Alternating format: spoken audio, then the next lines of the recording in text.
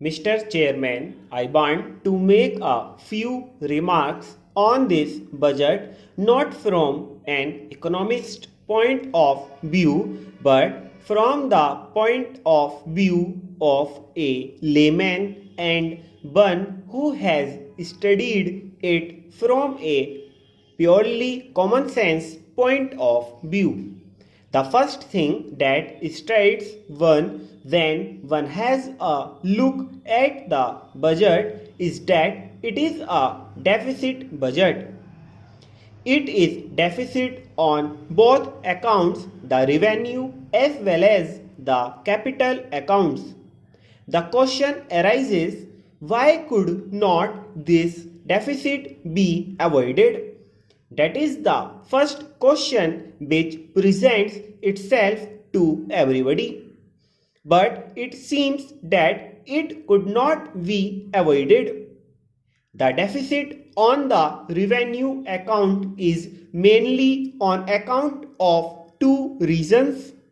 The first reason is that the defense expenditure, which takes practically one half of the revenue, cannot be curtailed because of the present international situation, and the other is that the expenditure on the national building activities cannot also be curtailed.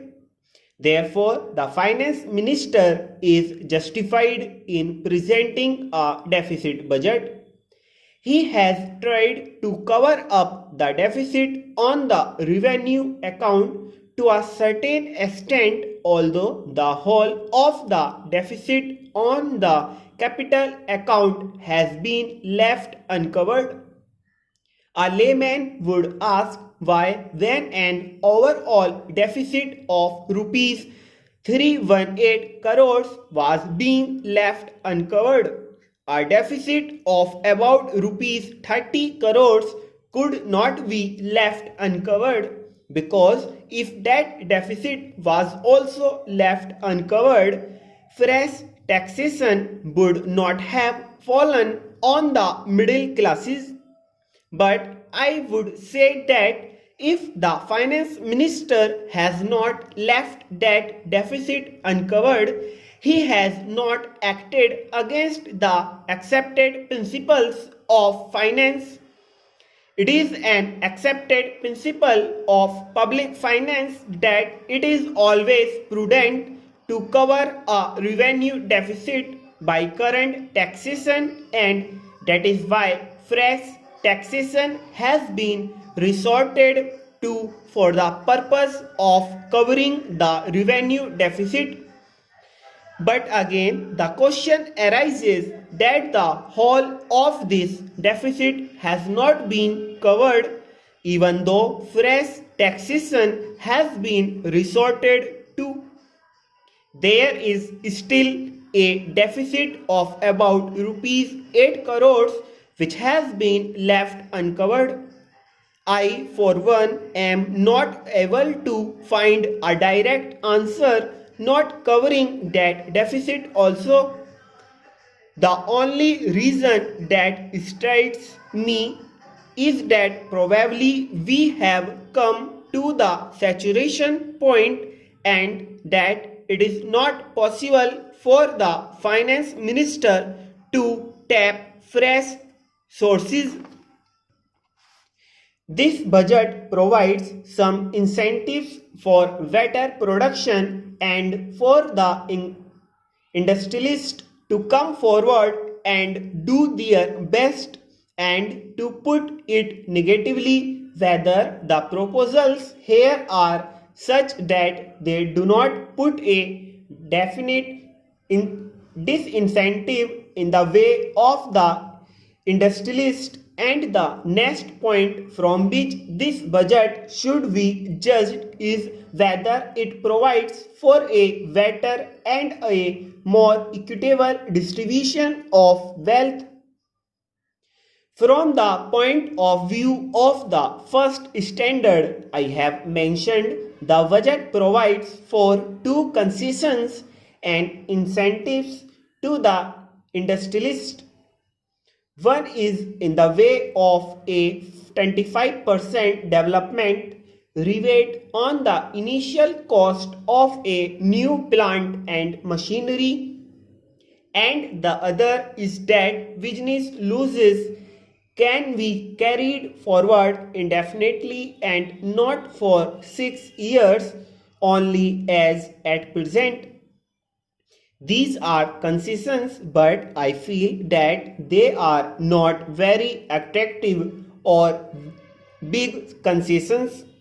With regard to the second point, whether the budget contains any proposals which will definitely retard production, which may definitely prove to be disincentives, I must say that this budget does not contain any such proposals.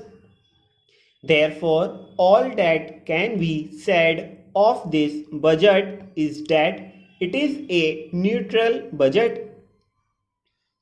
With regard to the other standard, whether this budget provides for a better and a more equitable distribution of wealth, my reading is that a beginning has been made in that direction, but no jolt has been given towards socialism.